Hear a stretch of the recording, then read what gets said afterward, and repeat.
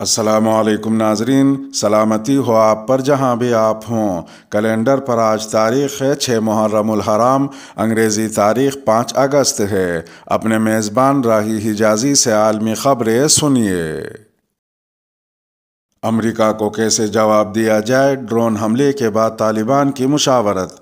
کابل میں امریکی ڈرون حملے میں القاعدہ رہنما ایمن الظواہری کے قتل کے بعد طالبان رہنما سر جوڑ کر بیٹھ گئے ہیں کہ امریکہ کو اس کا جواب کیسے دیا جائے۔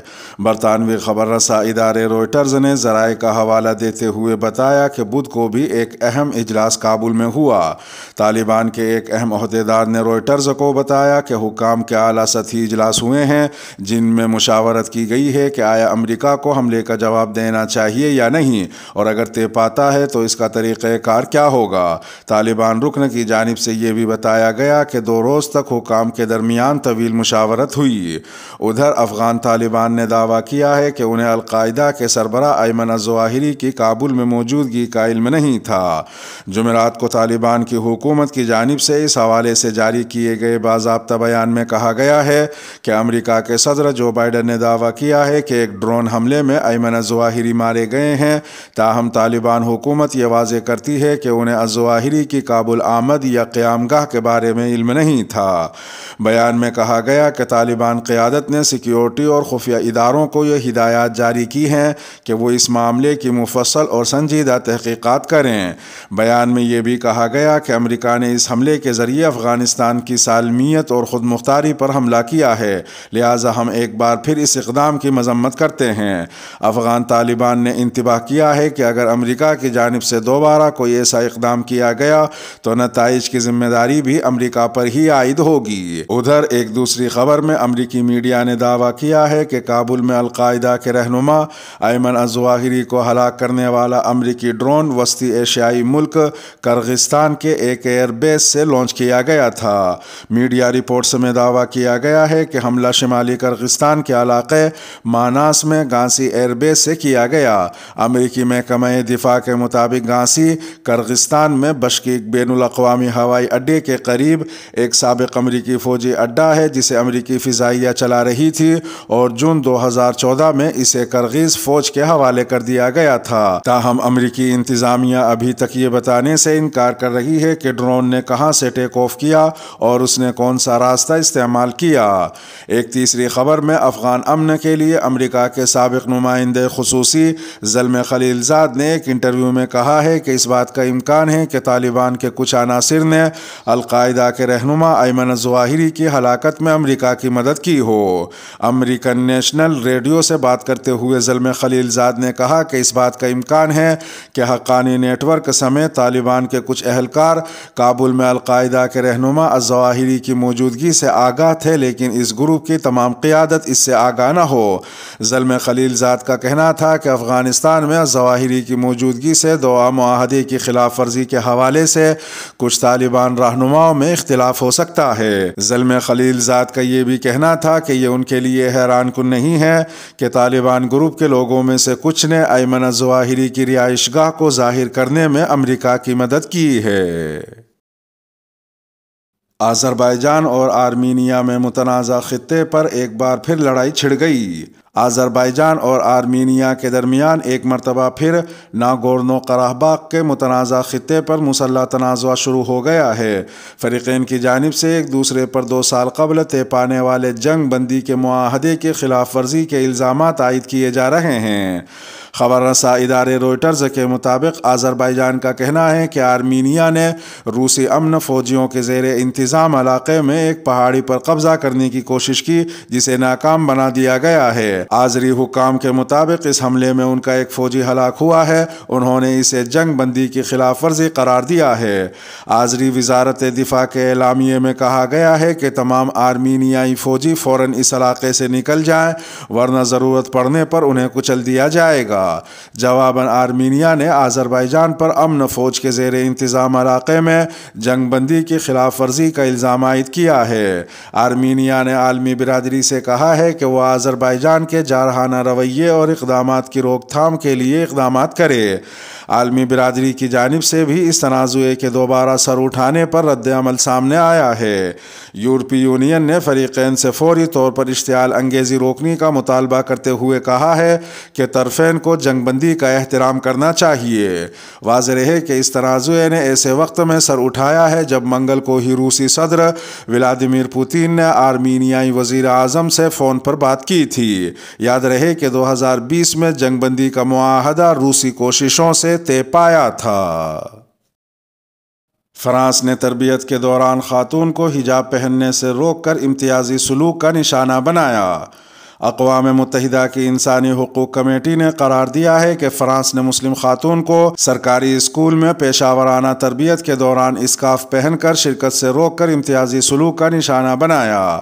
غیر ملکی خبر رساں ادارے روئٹرز کے مطابق 2010 میں نعیمہ میزہود، جن کی عمر اب 45 سال ہے، ان کو ریاست کے ہائی اسکول میں منعقد ہونے والے کورس میں مینجمنٹ اسسٹنٹ کی تربیت دی جانی تھی، جہاں قانون کے مطابق نوجوان لڑکیوں کے حجاب پہننے پر پابندی عائد ہے۔ روئٹرز کی جانب سے مشاہدہ کی گئی دستاویز کے مطابق جب نعیمہ وہاں پہنچی تو پیرس کے مضافات میں واقع اسکول کے ہیڈ ٹیچر نے انہیں اسکول میں داخل ہونے سے روک دیا۔ نعیمہ میزہود نے استدلال کیا کہ اعلیٰ تعلیم کی طالبہ کے طور پر انہیں اس قانون کے تحت نشانہ نہیں بنایا جانا چاہیے تھا۔ دستاویز کے مطابق اقوام متحدہ کی انسانی حقوق کمیٹی نے قرار دیا کہ نعیمہ میزہود کو سر پر اسکارف پہن کر تربیت میں حصہ لینے کی اجازت دینے سے انکار کرنا صنفی اور مذہبی بنیادوں پر مبنی امتیازی سلوک تھا۔ فرانس کی وزارت داخلہ اور وزارت خارجہ نے فوری طور پر اس رپورٹ کے دعووں پر رد عمل دینے کی درخواست کا کوئی جواب نہیں دیا۔ اقوام متحدہ کی رپورٹ میں کیے گئے اس انکشاف کے ممکنہ اثرات کیا ہوں گے، یہ ابھی فوری طور پر واضح نہیں ہے۔ نعیمہ میزہود کے وکیل نے روئٹرز کو بتایا کہ اس فیصلے سے ظاہر ہوتا ہے کہ انسانی حقوق کے عالمی ادارے بھی اسلام کے حوالے سے فرانس کی پالیسیوں کے ناقد ہیں۔ انہوں نے مزید کہا کہ فرانسیسی اداروں کو اقوام متحدہ کے فیصلے کی تعمیل و تکمیل کرنی ہوگی۔ پاکستان حکومت کا پی ٹی آئی کو تحلیل کرنے کے لیے قانونی کارروائی کا فیصلہ۔ پی ڈی ایم نے سابق وزیر اعظم اور پاکستان تحریک انصاف کے چیئرمین عمران خان کی نااہلی کے لیے الیکشن کمیشن میں ریفرنس دائر کر دیا ہے۔ ریفرنس میں کہا گیا ہے کہ عمران خان نے توشہ خانے سے ملنے والے تحائف اثاثوں میں ظاہر نہیں کیے، اس لیے انہیں آئین کے آرٹیکل 62(1)(f) کے تحت نااہل کیا جائے۔ دوسری جانب وفاقی وزیر اطلاعات مریم اورنگزیب نے کہا کہ الیکشن کمیشن کے فیصلے کے بعد تحریک انصاف غیر ملکی امداد لینے والی جماعت قرار پائی ہے۔ وفاقی وزیر اطلاعات کا کہنا تھا کہ وفاقی کابینہ نے ایف آئی اے کو ہدایت کی ہے کہ وہ اس حوالے سے مکمل تحقیقات کرے، خاص کر منی لانڈرنگ کے حوالے سے۔ انہوں نے مزید کہا کہ تمام افراد جو اس جرم میں شامل ہیں ان سب کے خلاف بھی تحقیقات شروع کر دی گئی ہیں۔ واضح رہے کہ 2 روز قبل الیکشن کمیشن آف پاکستان نے تحریک انصاف کے خلاف ممنوعہ فنڈنگ کیس کے فیصلے میں قرار دیا تھا کہ پی ٹی آئی نے ممنوعہ فنڈز حاصل کیے ہیں۔ دوسری جانب سابق وزیر اعظم عمران خان نے کہا ہے کہ کیا ایسا غلط کیا ہے جس پر نااہلی اور کارروائی کی باتیں شروع ہو گئی ہیں۔ انہوں نے مزید کہا کہ پیسے کے بغیر کوئی سیاسی جماعت کیسے چل سکتی ہے۔ حکومت نے تمام حربوں میں ناکامی کے بعد الیکشن کمیشن کو استعمال کیا۔ عمران خان کا کہنا تھا کہ مجھے سب سے پہلے پیسہ بیرون ملک مقیم پاکستانیوں نے دیا۔ یہ لوگ پہلے شوکت خانم کو پیسہ دیتے تھے۔ انہی لوگوں نے کہا کہ ہم آپ کو جماعت کھڑی کرنے میں مدد کرتے ہیں۔ عمران خان کا یہ بھی کہنا تھا کہ پی ٹی آئی پاکستان کی پہلی جماعت ہے جس نے فنڈ ریزنگ کی۔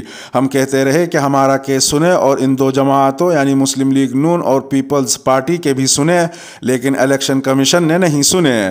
عمران خان نے یہ بھی کہا کہ الیکشن کمیشن یہ کہہ رہا ہے کہ جو یہ اوورسیز پاکستانی فنڈز بھیجتے ہیں وہ فورن فنڈنگ ہے۔ یہ فورن فنڈنگ نہیں ہے۔ فورن فنڈنگ یہ ہے کہ آپ کسی ایسے دوسرے ملک سے پیسے لیں جو آپ پر اثر انداز ہو سکتا ہے۔ مسجد نبوی کی توہین کا جرم ثابت ہونے پر سعودی حکام نے 6 افراد کو سزائیں سنا دیں۔